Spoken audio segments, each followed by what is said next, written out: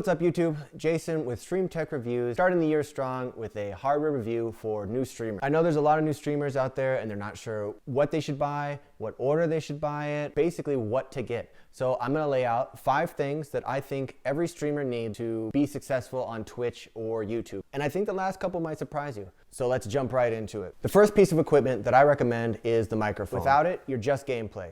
That's it. You can't interact with the chat, nobody can interact with you. You have to be able to bring yourself more into the stream. So if I could only have one piece of equipment, it would definitely be a microphone. Now, as far as budgeting goes, you could use a microphone on your headset. If you have 40 or 50 bucks, you could buy a USB microphone. I think Blue makes the Snowballs, which are around the $50, $60, $70 mark, which I haven't used personally, but they have good reviews. They also have the Blue Yeti, which I have used for nearly 2 years, and I enjoyed it quite a bit. I had some troubles with it picking up quite a bit of background noise, but there's a lot more filters and a lot more advanced techniques nowadays to be able to filter that out, but I really enjoyed it. Over the $100 mark, I'd have a hard time recommending anything besides the Elgato Wave, or for $150, the Wave 3. The sound is great, and the mixing software that comes with it is top notch. It really sets it apart from any other microphone in the price range.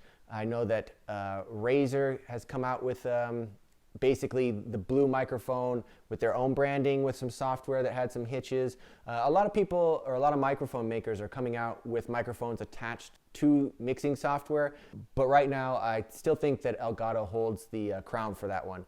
And then if you're looking for the top of the class microphone, the Shure SMB7, that's what I use. That's probably what you see most of the top streamers use, just because the sound is great. It just really can't be beat. The second thing that I'd recommend, and I don't hear a lot of people talking about this when I look through other channels or other people giving advice guides, is a chat screen. You have to be able to read chat. If someone takes the time to scroll through pages and pages and pages of Twitch channels, and they stop in on yours, and they say, hey, what's up?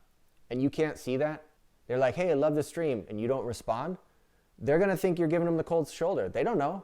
They don't know that you can't even read that. So as far as budgeting goes, when I was first starting off, what I did was I bought a cheap tablet from Costco, set it up on a little arm next to my monitor, and I just put it on the chat screen. I just brought up Twitch through the Twitch app. That's how I saw chat, and you have to.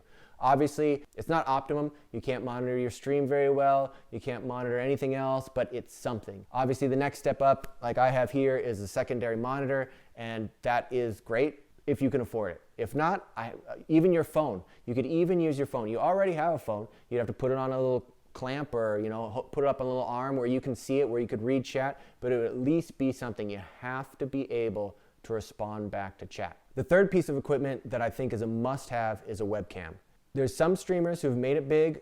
Moon, for example, he didn't have a webcam for quite a while. But I think for most streamers, it's much easier to bring yourself and connect with your stream with a webcam. People can see your emotions, they can see your reactions. So when you're talking with chat, reacting, it's easier for them to connect with you. And that's really what it's about. There's 400 other people streaming Super Smash Bros. Or whatever. They're there for you. And if they can see you, it helps them make that connection. As far as budgeting goes, the Logitech C920 and the C922, it's the gold standard in webcams.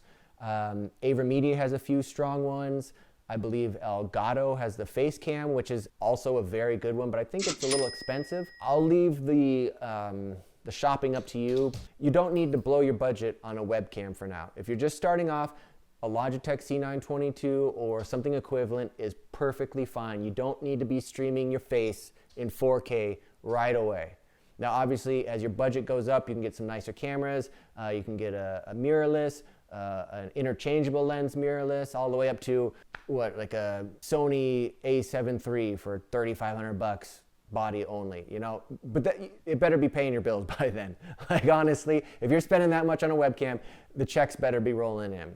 So if you liked the video so far, please make sure to like and subscribe with notifications on, so you get notification anytime I post a new video reviewing stream technology, posting how-tos, and it really helps me get my videos out there and helps others with this knowledge. Number 4, and this might be a little surprising to someone, is I highly recommend a Stream Deck. I've done both a long-term owner's video and a newer stream tips and tricks video on how to retain viewers. I'm going to post that up top in the card. And I really can't recommend a Stream Deck enough. Whether you go for the 6-button mini or the regular 12-button or the XL, that's up to you, but I really recommend it. It helps polish your videos up, being able to seamlessly transition between scenes. You can add sound effects. You can interact with chat with pre-generated text in the chat. You can post emotes, sub-hype, whatever. I really recommend it. It helps raise the tempo of your chat. It helps raise the fun. You can really just post a lot of fun things and have a good time. Being able to have something fun going on, it helps a lot. Somebody pops in your chat. If you're just sitting there all dreary, can't believe that, you know, they're throwing mid lane again or whatever. I don't know. I don't play MOBAs. Whatever. You know, people don't want to stick around. But if you're having a good time, pumping up the chat, people are going to stick around. And people like that energy. So I really cannot recommend a Stream Deck enough. There are other alternatives, which I have not tried. But I believe that Stream Deck right now is the strongest product out there. If the alternative makers would like to send me one for me to review, please do. I'll gladly review your product and compare it to a Stream Deck. Moving on, the fifth and final piece of equipment that I highly recommend is lighting. I think lighting helps a lot. If you're just sitting in your dark bedroom, the light of the monitor, the only thing illuminating the tip of your nose, people are just gonna scroll right on by. You know, there's hundreds and hundreds of other people with nice, exciting things going on their screens, and then there's you, dark and dreary. It just doesn't help. Personally, I have a newer 14-inch LED ring light that I use. I also use it for videos. I also picked up a smaller, like, cell phone ring light from TJ Maxx. It works great. There's a wide variety of lighting for basically any budget, but I really recommend that you look at your stream and really think about, does it look good? If somebody was scrolling by, is this going to be something that they're going to stop for? You can drape up some Christmas lights. I have some Govee light bars in the back of my monitors to add some color. People like that. It draws people in. That's why you see most of the top streamers have some color, some flair, something going on. If the only light shining on your face or shining in the background is just from the monitor, that's not going to cut it at all. So I really implore you, spend a couple dollars. Like I said, this ring light, it works great when I'm streaming, playing video games. Literally like $13 at TJ Maxx. Fantastic. Can't recommend it enough. So please, do what you can. Make your stream look entertaining. So to recap, we've got your microphone so people can hear you and communicate. You've got your chat screen so that you can see when your chat is trying to communicate with you.